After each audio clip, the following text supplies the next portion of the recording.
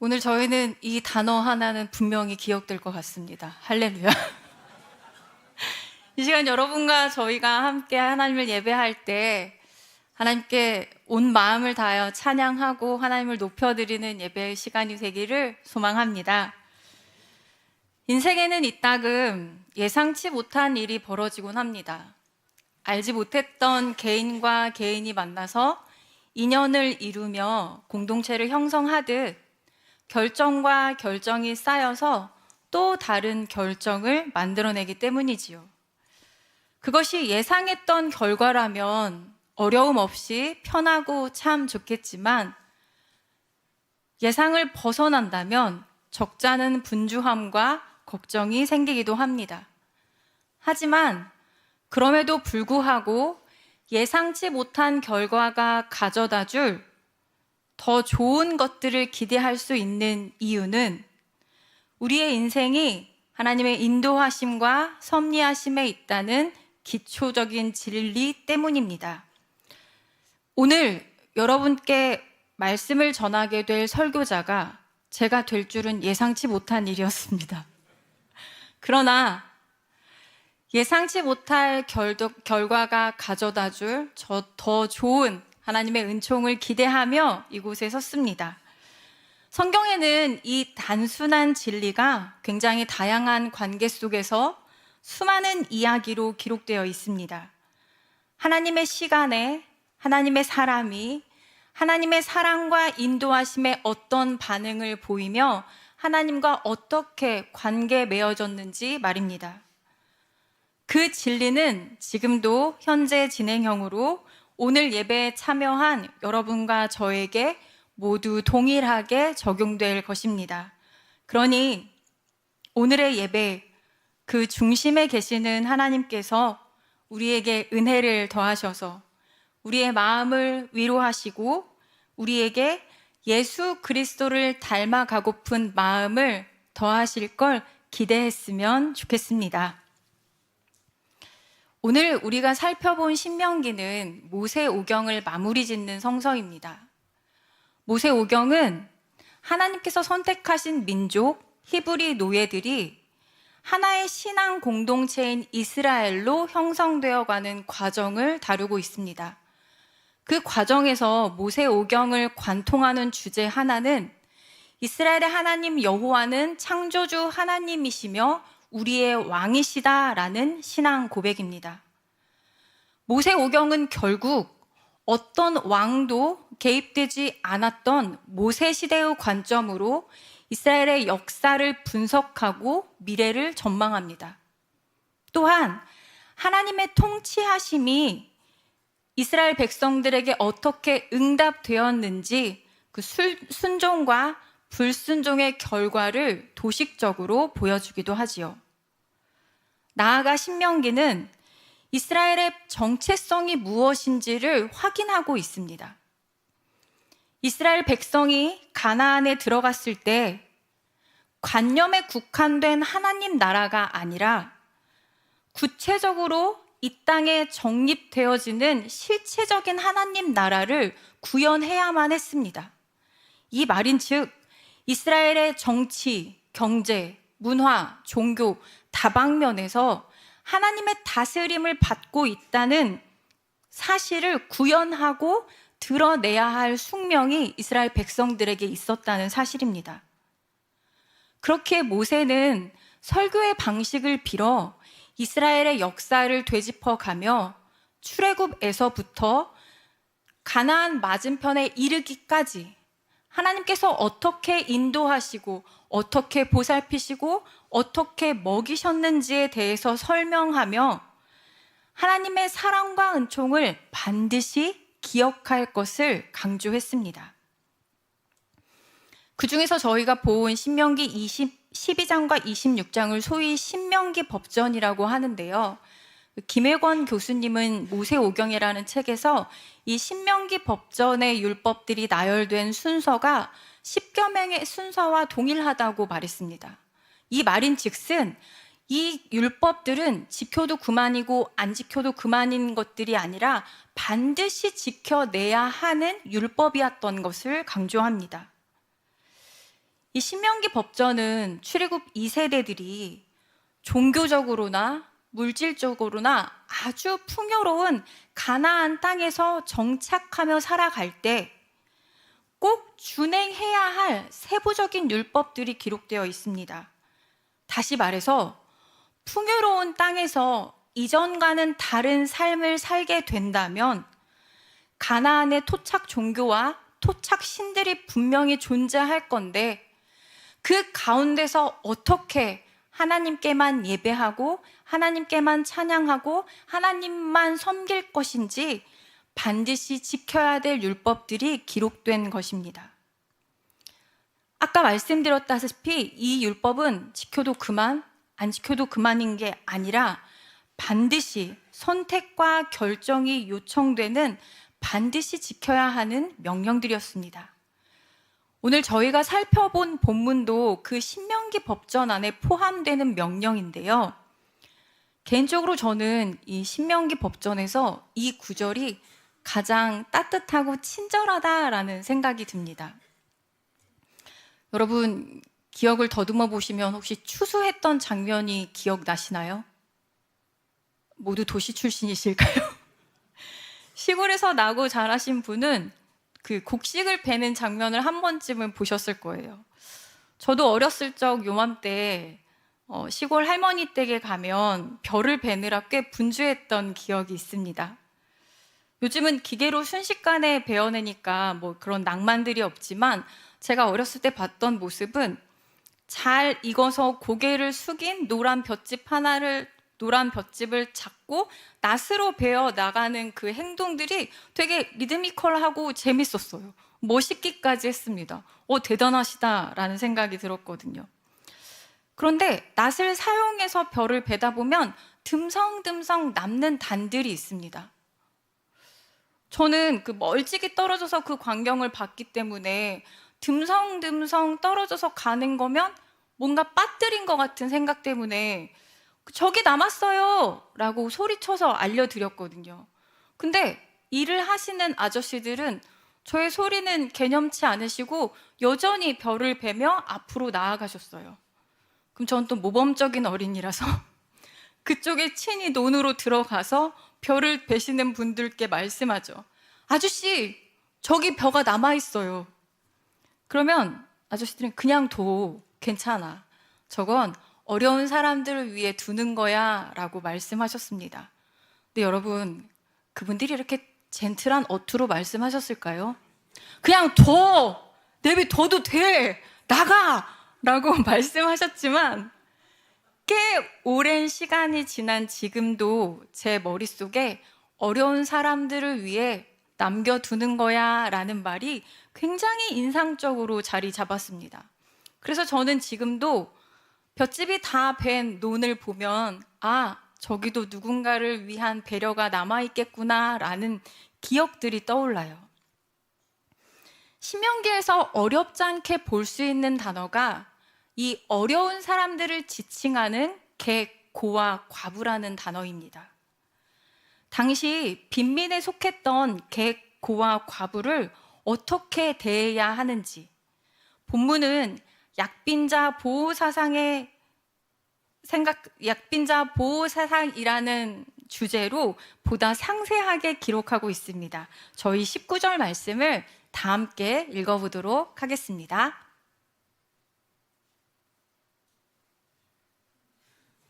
기다리면 나올 거예요.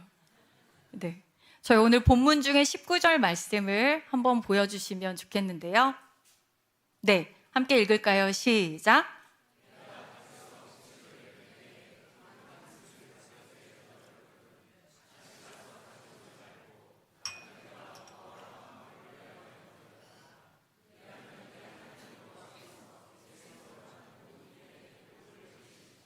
아멘.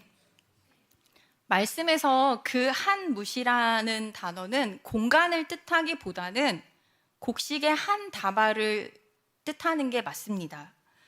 그 곡식을 수확할 때 농부가 단을 옮기다 보면 떨어뜨리기도 하잖아요. 그럼 대부분 그걸 주우러 되돌아오거든요. 그런데 오늘 말씀은 그걸 주우러 되돌아오지 말라고 규정합니다.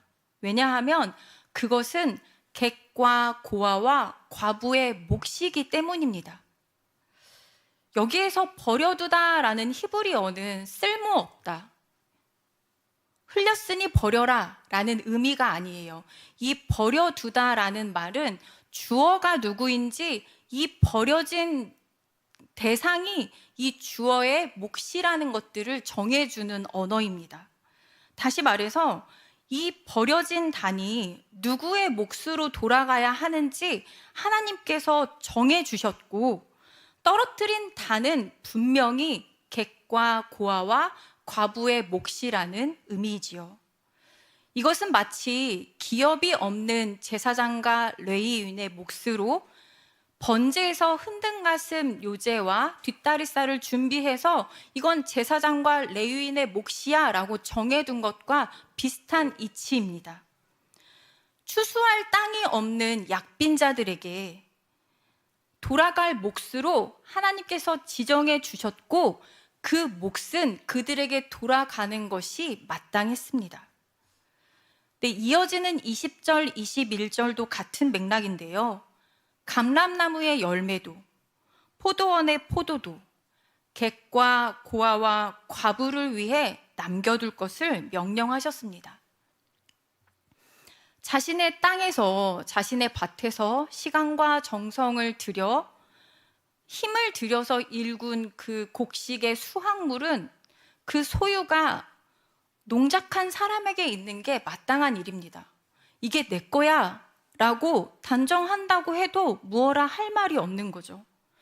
그러나 하나님께서 이 말씀으로 우리에게 이야기하시는 건 뭐냐면, 그것이 어디에서 왔으며 누구에게서 이루어졌는지를 기억하라는 말씀입니다.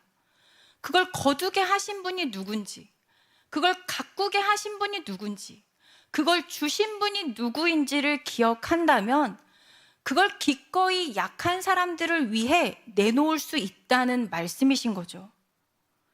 그렇기에 소유의 일부, 그것도 가장 비싼 것이 아니라 추수한 이후에 남아있는 그 자그마한 일부는 객과 고아와 과부를 위해 기꺼이 내어주라고 말씀하셨습니다. 하나님께서는 삶이 버거운 약빈자들을 위해 보통의 사람들이 해야 할 몫을 남겨두신 거예요.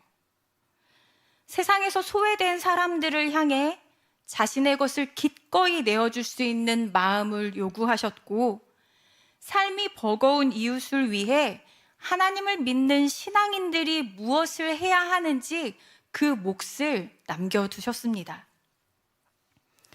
성경에 수많은 사람들이 하나님의 뜻을 이루며 살았는데, 이렇게 누군가를 위해 자기의 소유를 남겨둔 대표적인 사람이 있습니다. 여러분 머릿속에 떠오르는 그 사람이 그 사람입니다. 맞아요, 보아스예요. 보아스는 자기 밭에 생명을 부지하러 온 룻과 보아스를 기꺼이 환대했습니다. 근데 여러분, 자신의 이름마저 말하라고 바꾸라고 말했고, 모든 것을 다 잃고 고향으로 돌아왔던 그 홀로 된 과부의 심정이 얼마나 고단했을까요? 그런데 그 곁에는 더 고단했던, 더 가엾었던 이방인 과부 룻이 있었습니다. 삶이 얼마나 팍팍했을지 상상조차 가늠할 수 없습니다. 베들레헴 중앙에서 이방인으로 살아간다는 건, 더구나 그 대상이 아무도 없는 여인이라는 건 어떤 차별과 모욕에도 핑계댈 수 없고, 그 모든 것을 기꺼이 감내하며 살아가야 하는 삶의 무거움을 의미합니다. 그런데 룻과 나오미의 그 처량함과 고단함을 보아스는 측은히 여기고 거두어 주었습니다. 자신의 밭에 이삭을 주우러 온 이방인 과부를 아무렇게나 대한들 보아스를 질타할 사람이 있었을까요? 결코 없었습니다. 그럼에도 불구하고 보아스는 진실함으로 그들을 선대했고, 자신의 것을 기꺼이 내어 주었습니다. 보아스에게는 자신의 것이 하나님에게서 왔다라는 신앙의 고백이 있었기 때문에 자신의 것을 기꺼이 내어줄 수 있었고 그들을 거둘 수 있었습니다. 보아스가 이렇게 행동했었던 결과가 어떠한가요? 여러분, 보아스와 룻 사이에서 오벳이 태어났고 오벳은 이새를 낳았고 이새는 다윗을 낳았습니다. 그저 스쳐 지나갈 법한 인물이 다윗의 계보에 속할 수 있게 되었고 우리들에게까지 기억되는 유의미한 인물로 자리매김할 수 있었습니다. 그 순간의 선택이 자신의 것을 내어줄 수 있는 마음 때문에 하나님께서 그 마음을 사용하셔서 놀라운 길로 인도하셨습니다. 보아스는 삶이 버거운 약빈자, 소외된 사람을 향해 자신의 것을 기꺼이 내어 주었고 보통 사람의 몫을 성실히 감당했습니다. 그렇게 하나님의 명령을 지켰습니다. 곡식과 감람나무의 열매, 포도원의 포도를 객과 고아와 과부를 위해 남겨두는 일을 성실하게 감당했습니다. 이런 인물을 저희가 한 명 더 살펴보려고 하는데요. 바울과 주변의 사람들입니다. 최근에 수요 사경회에 오셨던 성도님들이라면 아실 수 있는데 저희가 옥중서신을 다룬 적이 있었습니다. 전 개인적으로 그 중에서 빌레몬서를 정말 감명 깊게 받았는데요.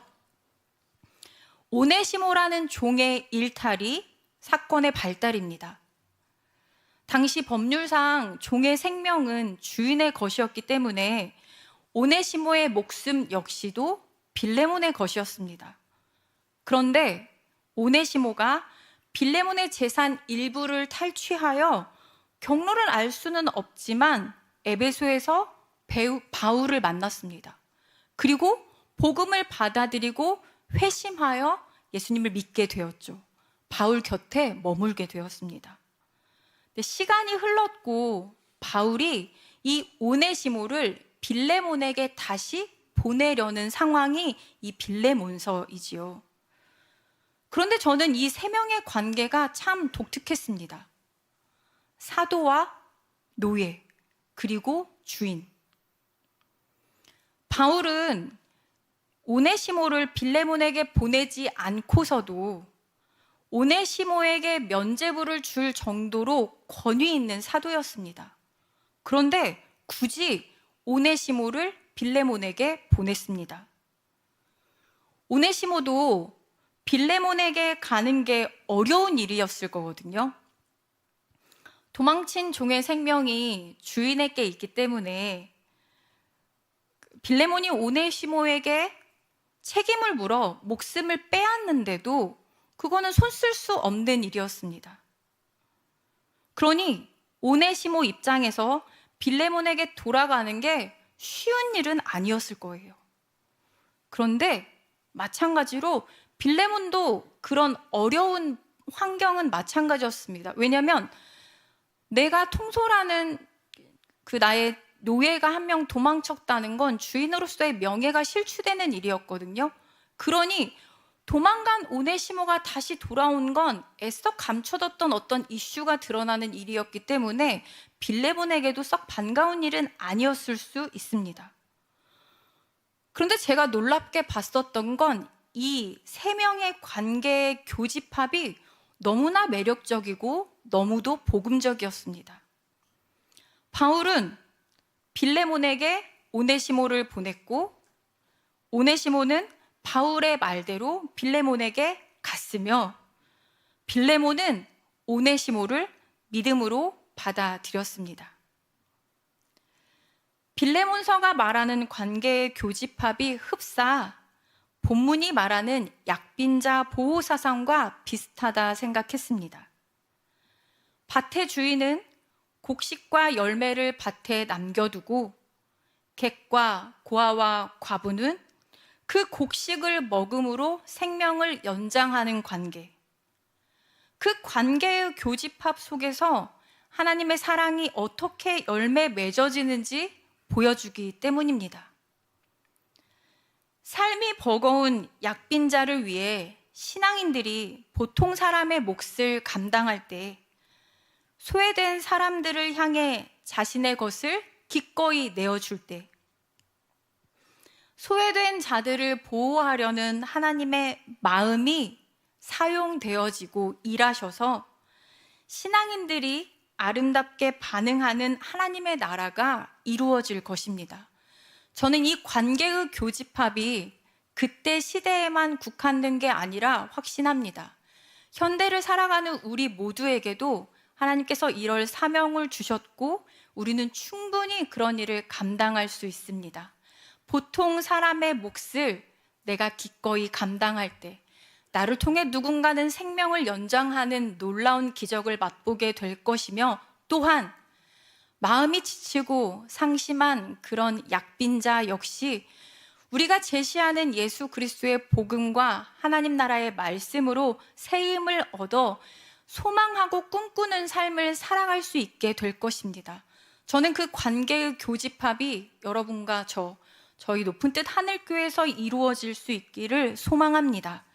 자신의 한계를 뛰어넘어 하나님의 방법을 기대하며 마음과 마음이 엮어진 아름다운 행동, 그것만큼 복음의 신비를 여실히 드러내는 일은 없다고 확신합니다. 그런데 여러분, 보아스도 바울도 우리에게 그런 삶을 보여주었지만 더 결정적인 삶을 보여주신 분이 바로 예수님입니다. 예수님도 우리를 위해 기꺼이 자신을 내어주셨어요.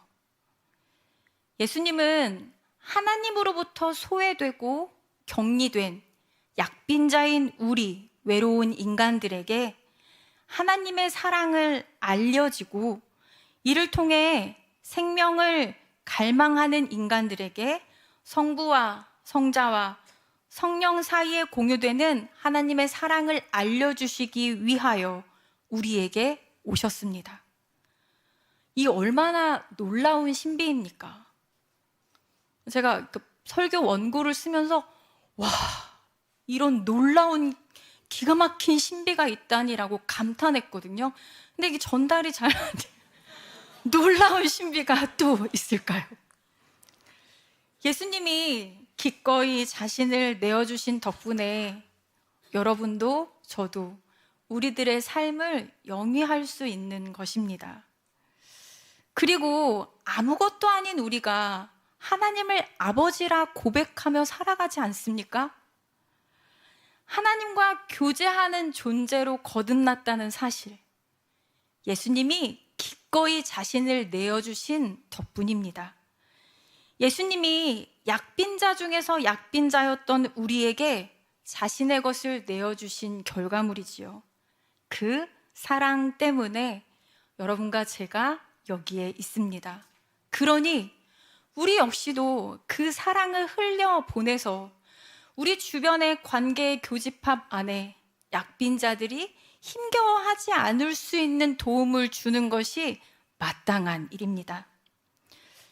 예수님이 하셨던 수많은 일들 중에요, 되게 독특한 장면이 있습니다. 요한복음 13장에 나오는 세족식 장면이 그것인데요. 스승이셨던 예수님이 제자들의 발을 씻어주셨습니다. 당시에는 있을 수 없는 일이었어요. 제자들이 스승의 발을 씻을 수는 있지만 스승이 제자들의 발을 씻는다는 건 대단히 파격적인 일이었습니다. 스승이신 예수님이 제자들의 발을 씻으시는 행동에는 사랑만 담겨 있었던 것이 아닙니다. 그 행동에는 예수님이 제자들의 발을 씻어주시면서 제자들의 사명도 규정하셨기 때문입니다. 제자들의 사명은 이 사랑에 참여하여 이 사랑을 나누고 이 사랑을 다른 사람과 매개하는 일이었습니다. 예수님이 우리를 사랑하셔서 자기의 목숨을 주시고 우리를 구원하셨습니다. 우리의 발을 씻기시고 사랑을 보여주셨지요. 보여주신 사랑에 감탄만 하라고 우리에게 그렇게 베풀어 주신 것이 아니라 너희도 가서 이와 같이 행하라 라는 말씀으로 그 사랑을 보여주신 것입니다. 사랑하는 여러분, 이제 우리가 주님의 친구가 되어야 될 차례입니다. 이것이 예수님이 우리를 사랑한 것 같이 우리도 행동하는 의미일 것입니다. 더불어 교회의 사명 역시 이런 방향이기를 소망합니다. 밭에 곡식을 남겨두고 열매를 남겨두어서 마음이 지치고 삶이 팍팍해서 고단한 사람들이 그것을 먹음으로 생명이 유지될 수 있다면 우리의 것을 내 것이야 라고 움켜주는 것이 아니라 기꺼이 내어줄 수 있는 그것이 우리의 사명일 거라 확신합니다. 오늘의 주제가 별로 편하지 않다고 저는 생각했어요. 그래서 이걸 어떻게 풀어낼까 굉장히 고민하며 기도했었던 결정적인 계기가 하나 있었는데요. 여러분도 아시다시피 저에게는 6학년 된 남자 아들 대신 저는 아들이 없으니까요. 조카가 한 명 있습니다. 근데 그 조카가 굉장히 설레는 모습으로 저에게 말하는 거예요. 이모, 나 수학여행을 가. 그래서 되게 즐거워하는 거예요. 그래서 오, 잘 됐다라고 했는데 금세 표정이 어두워지더니 근데 한 가지 문제가 있어. 용돈을 달라는 건 아니에요. 우리 반에 몸이 불편한 애가 한 명 있는데 그 애가 우리 조에 들어왔어. 어떻게 해야 될지 모르겠어. 라고 하면서 정말 심각하게 고민하는 거예요. 그도 그럴 만한 게요. 그 수학여행을 가는 장소가 용인시에 사시는 여러분들은 그저 나들이 가실 수 있을 만큼의 거리였지만 모든 지역에 사는 사람들이 부푼 꿈을 꾸고 가고 싶어하는 에버랜드였거든요. 이것저것 타야 할 놀이기구도 많고 푸바오는 떠났지만 푸바오에 관련된 것들 구경할 것도 굉장히 많은데 챙겨야 할 대상이 생긴 거예요. 본인의 의지와 상관없이. 근데 이후에 어떻게 했냐라고 물어봤을 때는 뭐 잘했어, 최선을 다했어 라고 대답했긴 했지만 이 주제가 고스란히 저에게 다가왔습니다. 우리도 마치 즐겁고 기쁘고 설레이는 인생을 살아가면서 여러 가지 일들을 맞닥뜨리게 되죠. 내게 주신 것들이 나만을 위한 것인 양 살아갈 때가 참 많더라고요. 근데 그러다 챙겨야 할 대상이 어느 날 갑자기 느닷없이 주어집니다. 그러면 굉장히 고민하죠. 고민의 이유는 간단합니다. 하기 싫고 불편하니까. 그러나 하나님께서는 우리가 기꺼이 그 역할을 하기를 바라셔서 우리에게 그 몫을 건네주셨습니다. 네가 그걸 하기를 바란다 라는 마음에서요.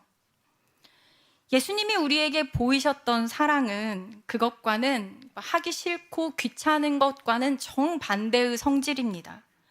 불편과 고통과 인내를 기꺼이 감당하시고 자신의 것을 내어주신 사랑, 그것이 예수님의 사랑의 성질입니다.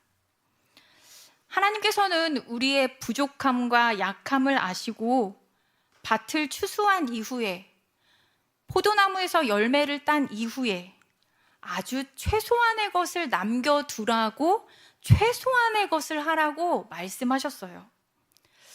물론 우리 중에는 이런 삶을 잘 살아내시는 분들이 계실 거라 확신합니다.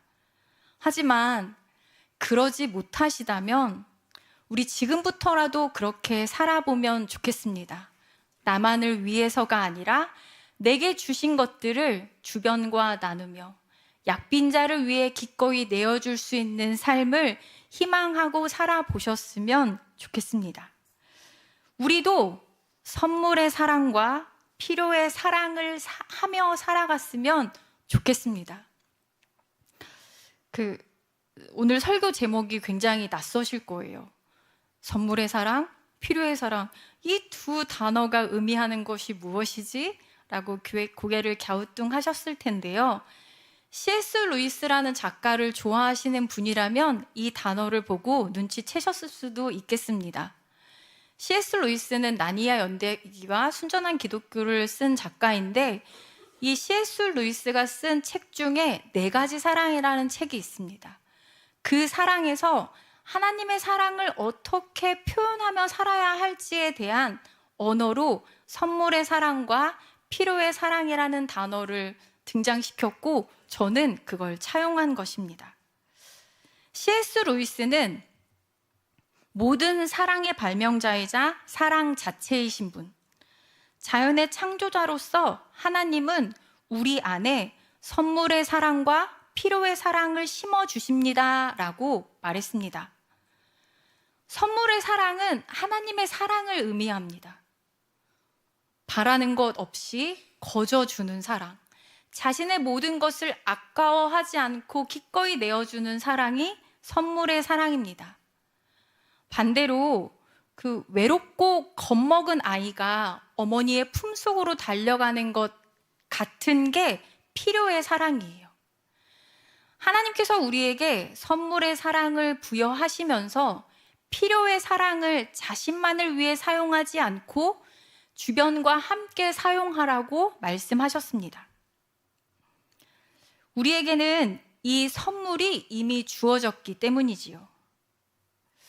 하나님은 분명히 우리에게 본질적으로 전혀 사랑스럽지 못한 대상도 사랑할 수 있는 마음을 부여하셨습니다. 저는 결혼을 안 해서 잘 모르겠지만 가끔 엄마가 아빠에게 그런 말씀을 했었던 기억이 나요. 으이그 이런. 그런데도 조금 있다가 또 밥은 먹었어? 라고 챙겨주는 모습이 꽤나 인상적이었습니다. 기꺼이 사랑할 수 있는 마음이 주어진 거죠. 말을 되게 안 듣는 아이가 있어요. 어떻게 할래 하고 말을 되게 안 들어도 자고 있는 모습을 보면 그렇게 안쓰럽고 마음이 쓰여지는 것. 우리에게 이미 이 선물의 사랑이 주어졌다는 증거입니다. 길거리에 가다가 안쓰러운 사람들이 보였을 때 외면하지 않고 고개를 들여서 괜찮으세요? 라고 물을 수 있는 이 사랑의 마음이 하나님께서 우리에게 주신 선물의 사랑이라는 뜻이에요. 그런데 우리에게는 그 필요의 사랑이라는 것도 존재해서 나를 위해서, 내 자신을 위해서, 우리를 위해서 아둥바둥 채워가려는 기본적인 욕망이 있다는 거죠. 그래서 선물의 사랑이 우리에게 주어졌으니 이 필요의 사랑 역시 자신만을 위하여 쓰지 말고 누군가와 함께 더불어 쓰라는 것이 이 C.S. 루이스 4가지 사랑에서 말하는 사랑의 정의입니다. 사랑하는 하늘의 성도 여러분, 우리에게는 이미 선물의 사랑과 필요의 사랑이 주어졌습니다. 우리가 해야 할 건 우리 마음의 정원에 풀들이 자라나지 않을 수 있도록 재정비해서 선물의 사랑을 필요의 사랑이라고 잘 나누는 일을 기꺼이 하면 됩니다. 그렇게 할 수 있는 힘은 이미 우리에게 주어졌어요. 우리 옆에 있는 분을 한번 바라보실까요? 선물의 사랑이 보이십니까? 저는 너무 잘 보입니다. 여러분 안에 있는 그 놀라운 선물의 사랑이. 이 선물의 사랑을 필요의 사랑이라는 이름으로 누군가를 위해 사용할 수 있기를 진심으로 소망합니다. 오늘 설교를 마무리하기에 앞서 오늘 본문 마지막에는 아주 독특한 문장 하나가 나와요. 너희는 애굽에서 종 되었던 때를 기억하라. 저는 가끔 제가 종 되었던 시절을 잊고 삽니다. 애굽에서 노예로 살아왔던 시절을 잊어버려요. 하나님께서 거저 주신 예수 그리스도의 사랑으로 구원받았고 자유했고 복음을 위하여 살아감에도 불구하고 이 종 되었던 시절의 그 간절함을 잊어버리는 경우가 상당히 많더라고요. 그러나 오늘 성경은 우리에게 종되었었던 때에 누가 너희를 구원하였는지, 누가 너희를 입히고 먹였는지, 누가 너희를 참 자유의 길로 이끌었는지를 기억해서 너희 역시도 너희 밭에 있는 곡식과 감람나무의 열매와 포도원의 포도를 누군가를 위해 기꺼이 내주는 삶을 살아가라 라고 권면합니다. 어둠과 죄악, 그 애굽에서의 노예 근성을 끊기 위해 예수 그리스도가 기꺼이 자신을 내어 주셨습니다. 아무 바라는 것 없이 거저 우리에게 주셨습니다. 그렇기에 우리가 추구해야 할 필요의 사랑은 나만을 위한 것이 아니라 하나님의 나라와 예수 그리스도를 드러내는 행동이어야 할 것입니다. C.S. 루이스의 말을 빌려 설교를 마무리할까 합니다. 하나님의 얼굴을 뵙는 날, 결코 그 얼굴이 낯설지 않을 것입니다. 왜냐하면 그분은 우리가 지상에서 만났던 모든 순수한 사랑의 경험 속에 이미 함께 계셨고 그 경험을 만들어내고 뒷받침해 주셨으며 그 속에서 매 순간 움직이셨기 때문입니다. 사랑하는 하늘교회의 성도 여러분, 여러분의 밭에 남겨둔 곡식과 열매, 그것은 얼마만큼인가요? 그리고 그것을 어떤 필요의 사랑이라는 이름으로 사용하고 계실까요? 기도하시겠습니다. 사랑하는 하나님, 오늘도 말씀으로 우리를 이끌어 주시니 감사합니다.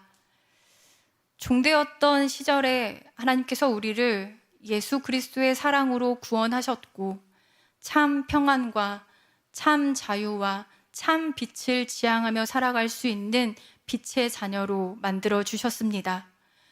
그럼에도 불구하고 우리는 우리 밭에 있는 무언가를 누구에게 나누어 주는 것이 불편하고 아까울 때가 많았습니다. 주님, 하나님의 말씀을 의지하며 나아가오니 우리에게 있는 소유를 기꺼이 내어줄 수 있는 마음의 평안과 의연함을 허락하여 주시옵소서. 그래서 우리 역시도 예수님처럼 살아갈 수 있는 은총을 더하여 주시옵소서.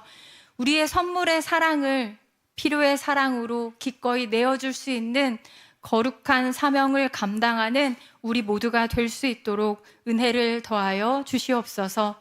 감사드리며 예수님의 이름으로 기도합니다. 아멘.